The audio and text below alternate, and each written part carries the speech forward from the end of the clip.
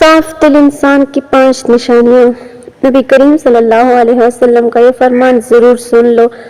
بخاری شریف کی باب الادب المفرد میں حضرت اسماء بنت یزید بیان فرماتی ہیں کہ نبی کریم صلی اللہ علیہ وسلم نے فرمایا، اچھے انسان کے اندر یہ 2 نشانیاں ہوتی ہیں جبکہ برے انسان کے اندر 3 نشانیاں پائی جاتی ہیں۔ بسم اللہ الرحمن الرحیم۔ محترم ناظرین، صاف دل انسان کی 5 نشانیاں کون کون سی ہیں اور ہمارے پیارے حضور نبی کریم صلی اللہ علیہ وسلم نے اچھے انسان کی کون کون سی نشانیاں بیان فرمائی ہیں، ساتھ ہی ساتھ برے انسان کی کون کون سی نشانیاں بیان فرمائی، یہ تمام باتیں اس ویڈیو میں پیش کی جا رہی ہیں۔ محترم ناظرین، سب سے پہلے بات کرتے ہیں کہ صاف دل انسان کی 5 نشانیاں کون کون سی ہیں۔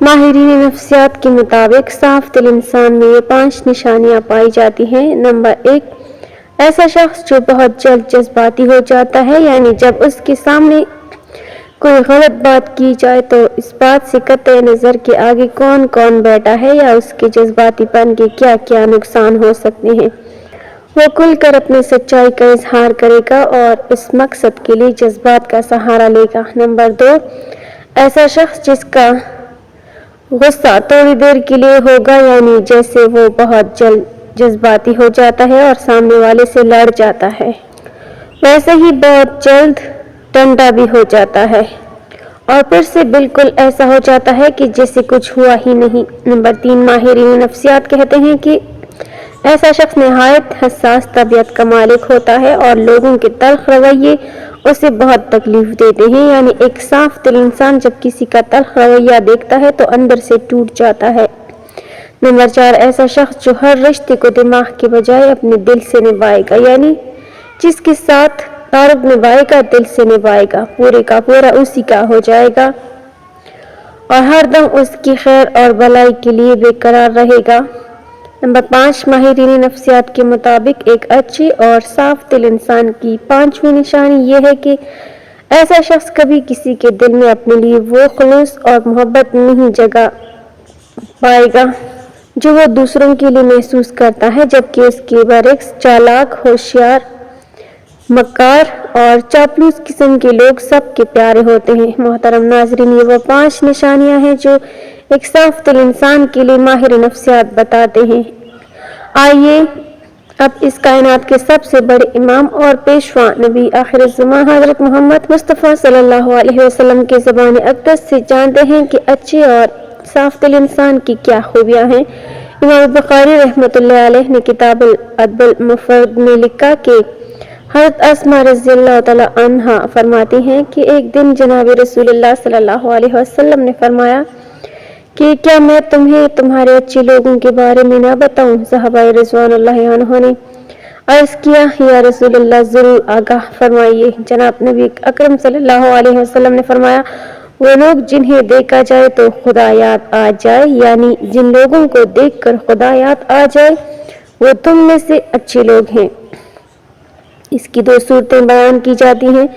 پہلی صورت یہ ہے کہ وہ اللہ تعالیٰ کے نیک بندے جن کی عبادت، نیکی اور تقوی کی جھلک ان کے چہروں پر نور کی صورت میں دکھائی دیتی ہے اور انہیں دیکھ کر دل میں خیال آتا ہے کہ اس قدر بارانک اور پر نور چہرہ کسی اللہ والے کا ہی ہو سکتا ہے۔ عام طور پر انسان کے اندر کی کیفیات کا اس کے چہرے سے اندازہ ہو جاتا ہے اور چہرہ انسان کی باطنی حال کا عکاس ہوتا ہے۔ غصہ ہو یا خوشی، غم ہو یا راحت، ناراضگی ہو یا رضامندی، انسان کے چہرے سے اس کا پتہ چل جاتا ہے۔ اسی طرح انسان کے نیک اعمال اور برے اعمال کے اثرات بھی چہرے سے ظاہر ہوتے ہیں۔ بخاری شریف کی ایک روایت کے مطابق حضرت صلی اللہ علیہ وسلم نے اپنے ایک خواب کا منظر بیان فرمایا کہ میں نے ایسے لوگوں کا ایک ہجوم دیکھا جن کے چہروں کی کیفیت یہ تھی کہ چہرے کا نصف حصہ خوبصورت اور باقی نصف حصہ بدصورت تھا۔ فرشتوں سے پوچھا کہ یہ کون لوگ ہیں؟ انہوں نے بتایا کہ یہ آپ کی امت کے وہ لوگ ہیں جو اچھے اور برے اعمال غلط ملت کرتے رہے ہیں۔ اعمال صالح بھی انہوں نے کیے ہیں اور اعمال سیاہ بھی۔ ان کے نیک اعمال ان کے چہرے پر حسن کی صورت میں نظر آ رہے ہیں اور برے اعمال چہروں پر بدصورتی کے طور پر نمایاں ہیں۔ اس لیے اللہ تبارک و تعالیٰ کے نیک اور مخلص بندوں کے چہروں پر ان کے خلوص اور نیک اعمال کا نور ہوتا ہے اور ان کے بارونق اور نورانی چہروں کو دیکھ کر خدا کی یاد تازہ ہو جاتی ہے، جبکہ دوسری صورت میں اس کا ایک معنی یہ بھی کیا جاتا ہے کہ وہ لوگ جن کے اعمال و حرکات، ان کا اٹھنا بیٹھنا، لین دین، عبادات اور معاملات اور اخلاق و معاملات اللہ تبارک و تعالیٰ اور رسول خدا صلی اللہ علیہ وسلم کے احکامات کے مطابق ہوتے ہیں، انہیں دیکھ کر ایک مسلمان کی عملی زندگی کا نقشہ سامنے آ جاتا ہے اور خدا یاد آتا ہے۔ بہرحال جناب نبی کریم صلی اللہ علیہ وسلم نے فرمایا کہ تم میں سے اچھے لوگ وہ ہیں جنہیں دیکھ کر خدا یاد آ جائے۔ اس کے علاوہ حضرت محمد صلی اللہ علیہ وسلم نے ارشاد فرمایا، کامل مومن وہ ہیں جن کے اخلاق اچھے ہوں۔ مومن اپنے حسن اخلاق سے دن میں روزہ رکھنے والے اور رات میں عبادت کرنے والے کا درجہ پا لیتا ہے۔ حضور نبی کریم صلی اللہ علیہ وسلم کا ارشاد ہے کہ تم میں بہترین شخص وہ ہے جس کے اخلاق سب سے اچھے ہوں۔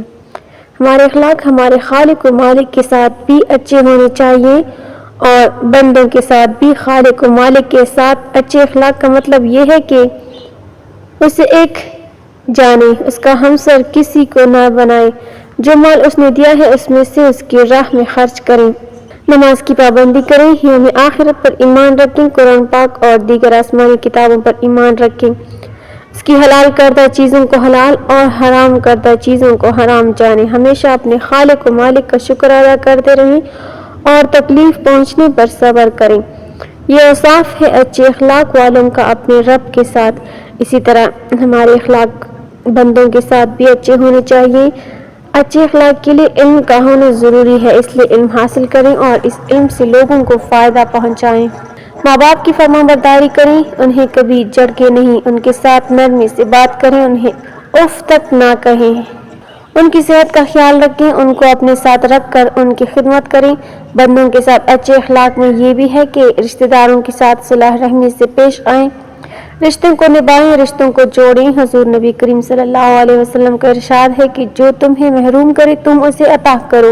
ایک اور جگہ آپ صلی اللہ علیہ وسلم نے فرمایا کہ لمبی عمر چاہتے ہو تو اپنے رشتہ داروں کے ساتھ صلح رحمی کرو۔ اچھے اخلاق کی ایک علامت یہ بھی ہے کہ ہم سلام میں پہل کریں، سلام کو عام کریں، ہر جاننے والے اور انجان مسلمان کو سلام کریں، جبکہ آج یہ بات عام ہو چکی ہے کہ ہم صرف اسی کو سلام کرتے ہیں جس کو ہم جانتے ہیں۔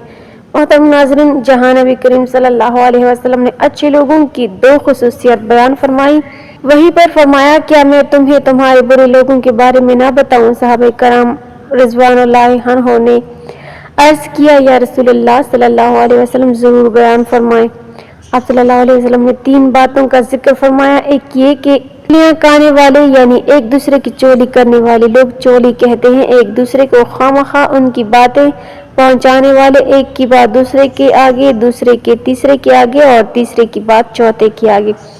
اس کا ہمارے ہاں عام طور پر رواج پایا جاتا ہے اور ہم میں سے بہت سے لوگوں کی عادت بن گئی ہے کہ بلا وجہ لوگوں کو یہ بتاتے رہتے ہیں کہ فلاں تمہارے بارے میں یہ کہہ رہا تھا اور فلاں جگہ تمہارے بارے میں یہ باتیں ہو رہی تھی۔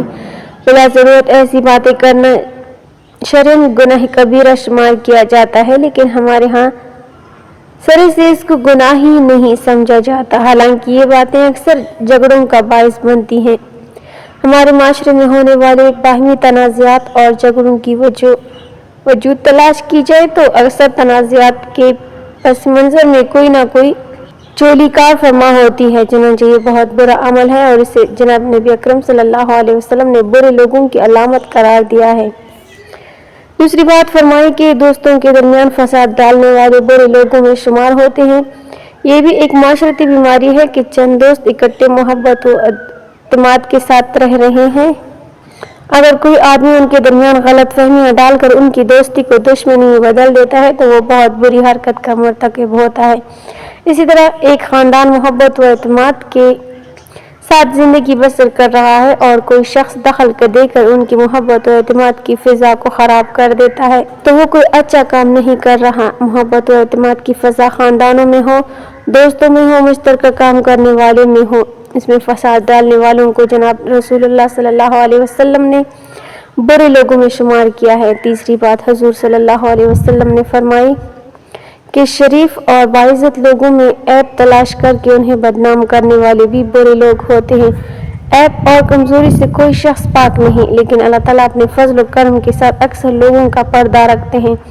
اب ایک شخص عزت کے ساتھ زندگی بسر کر رہا ہے، لوگ اس کا احترام کرتے ہیں اور اسے اچھا آدمی سمجھتے ہیں، لیکن کوئی شخص بلا وجہ اس کی ٹو میں لگا رہتا ہے کہ اس کی کوئی کمزوری ہاتھ لگے تو اسے بدنام کروں، اس کا کوئی عیب میرے علم میں آئے تو اس کا پروپیگنڈا کر کے اس کی عزت کو خراب کروں۔